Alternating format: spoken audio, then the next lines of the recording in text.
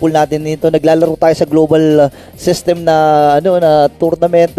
And I think itong magic bunot nila na Navaria ay nagme-make sense din naman talaga. Pero yan, you're right. Pag yung pana ay hindi tumama, it's gonna be quite the lack of damage na kailangan nila i-expect. Pero ito na naman. Okay, Black TC ngayon ay napuruhan. First blood ay nakuha kagad ni Aizawa. Ngayon, ito na pagbawi ng Team Falcons. Kyle TC ay umabante na, pero may patakas din naman siya. Ogwen ay pumasok na. And Few as well. Staying alive in that one. Pero may turtle fight na naman na nangyayari. And that's gonna be Kyle TC na makakuha niyan. Yun na nga, si Aizawa ay nakabawi din ng kill habang mamatay si Ishkael. Ngayon naman ay magiging next ata si Black TC. Hindi makatakas dun sa hawla niya habang naibalibag din itong si Toto. Pero naku ng kill. Few naman yun ay naghahabol. Available ba kanyang flicker? Pwede siyang humabol dito. Ayan na nga yung flicker plus 2 combos. Pero magwawala din ata. Naku, talo na na to. Talo na na. Wala pang bagong taon. Hindi pa nila na-take advantage itong gold lane. Kasi matindi na talaga yung magiging damage output na meron ko si Super Marco. But there goes the unstoppable force. Wala na. Ibalibag din si Ay! Super Marco. Sakto pa. Doon sa gold laner ng Team Falcons. Sila dito sa pagong Black TC and Ogre ay nakabantay. Nakabantay yung yung kabayo at saka yung mermaid. Wait lang, pumasok na rin kagad si Toto. Sabi niya, hindi na ako nag-aantay ng pagkakataon pa. Palos. Kasi nga naman si Palos ang napuruan. Few with a kill. Ngayon ay pumasok na rin. Nagamit na kagad ni Ogre dito yung kanyang palibag. Easy. So ngayon ay sinisimulan na ang ikatlo at huling pagong ng laban. Si Toto ay nakaabante na. Flap TC, lalapag yung Glorious Pathway. Pero sa likuran, nag-abang si Ishkael. Palos. Si Ishkael.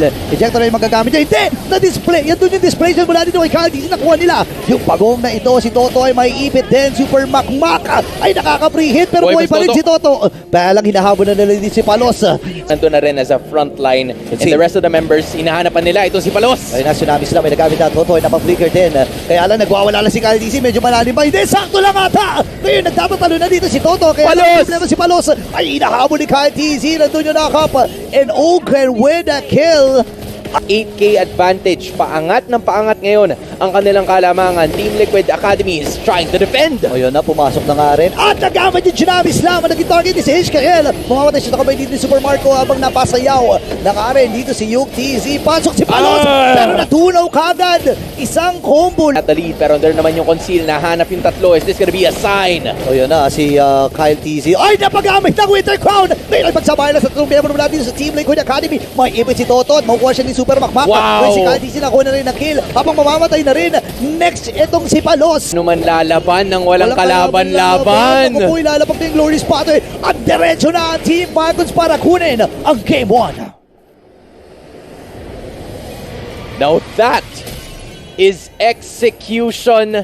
Nagkaroon ng mga times para sa ating mga kalaban, and that's exactly what's gonna happen here. We're still not sure kung Hilda or yung Badang saang pwesto ba sila, XP or Rome, pero isa lang ang sigurado, TLPH sa mga aasahan siguro nila dito is gonna be Ogwen, like heavily. Pero ito, magsisimula na naman sila ng laban. And that's gonna be Team Liquid later on in the matchup. Pero hinahawakan na ng parehas na roamers ang ating pagong who's gonna be able to take it. Okay, Flap TZ, ang ganda ng iwas niya doon. At conceal ay nagamit ng... ay hindi, pumasok lang pala si Flap TZ. May conceal na agad. Hindi, wala pa kasi si Palos. Ay, nakuha ng una. Laban pala si Kyle TZ. Namatay din. Ako to Guardian, walang tinamaan doon. Pero kailangan umatras ng dalawang miyembro mula sa Team Falcons. Natali sila. Pero si Ogren ay lumalayo na rin. Nauna na kagad si Flap. Lamang ng 1.6k in terms of gold lead ang Team Liquid Academy, pero tinan mo may ginagangster na naman sila sa may batay taas. Naku, nagamit na kagad yung Electrifying Beast plus Vengeance. Habang yung Shadow Kill ay nabitawan na nga rin ni Kyle TZ na follow up ng Team Falcons dito. At least si Kyle TZ ang nakakuha ng unang kill na yon. Kaso may retry na nagamit itong si Kyle TZ, kaya mag-back away siya. And as of this moment, Team Liquid Academy aware of this CPPD nila na i-rush to ng mabilisan, and they're gonna be not the ones to get it. Instead, yung timer ng mga minions, Nag-iba na eh. diba? Ganun pa rin eh. Isa same. But Div, nakalipad. That is gonna be very crucial, lalo na dahil yung pagong ang magiging kalaban. But look at Palos, one-on-one na naman. Ako yun, yung sinasabi ko, hindi niya maiiwasan talaga. Pero inaabangan din sa Shadow. Bumalik pa nga. But the Guardian, tumama. Pero apat ang Skov, you have the Joy, and itong yung Parsa na hawak nitong si Aizawa. So at some point, may paraan sila para makabalag. Pero tinan mo, papalag yata sila, walang tinamaan yung AOG. Pero may sapak na gagamit si Ogwen para makatakas. Okay, lalabag na yung Zaman Force. Nako, delikado ata, TL! Yun na nga, nakuha na nga rin. Ngayon, papasok na ito si Kyle TZ. Available yung kanyang shadow kill. Gagamitin niya ba to? Hindi. Umatras na muna. Actually, hindi available yung kanyang shadow kill doon.